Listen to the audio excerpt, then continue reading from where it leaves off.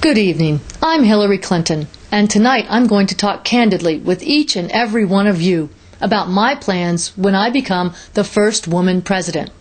I will be answering some totally unscripted questions that I wrote so that you will know what I plan to do when I get into the Oval Office. Now, I understand your big push is also to rebuild the middle class. You say they're disappearing. Yes, I look for them everywhere I go, but they're never in Saks, Bloomingdale's, Neiman Marcus. So how do you plan to rebuild the middle class?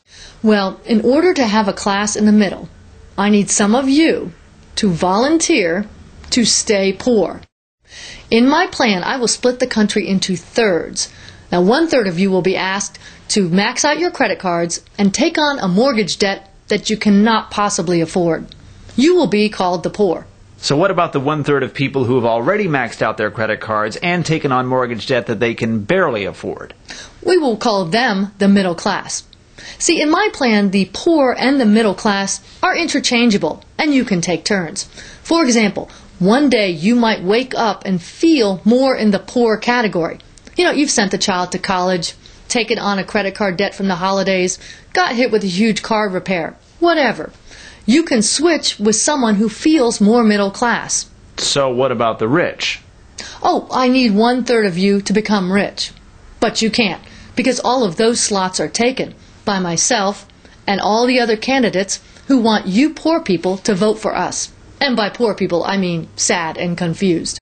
Senator Clinton, how do you plan to provide universal health care when so many others have failed? Well, as the first woman president, under my administration, every American will have dual citizenship with Canada.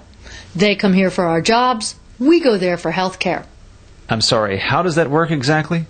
Well, say you live in Florida and you're having an appendicitis attack. All you have to do is get yourself to Toronto, and it's free. And the best part is, on that 23-hour drive to Toronto, you may find out that it's just indigestion. You just have to then turn your car around and head back to Florida without paying that $25 copay at the doctor's office. Don't you think driving would be a little tough to do if you're doubled over with appendicitis?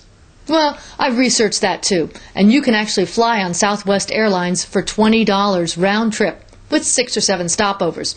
And the beauty is you'll fit right in with everybody else flying because they'll be doubled over too, trying to fit into those coach seats. And Canada is okay with this?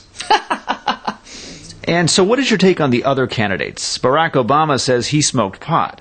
Oh, I have never smoked pot, though I did stand next to Bill once when he exhaled.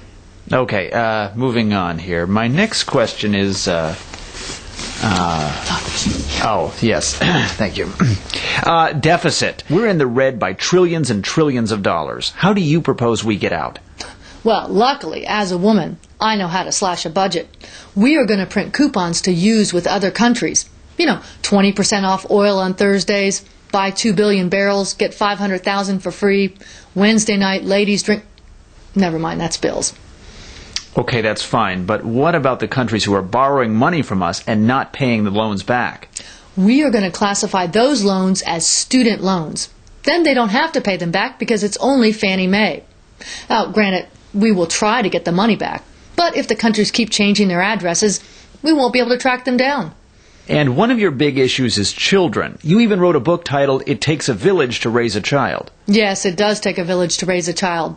Oh, which reminds me, Britney Spears just called and asked me to recommend a village. Are you going to use the fact that you're the first woman running for president as leverage? Absolutely not. I'm getting mixed signals from you on that. Oh, I'm sorry. I'm practicing for my next debate. No, please don't vote for me because I'm a woman. Vote for me because I'm not a man.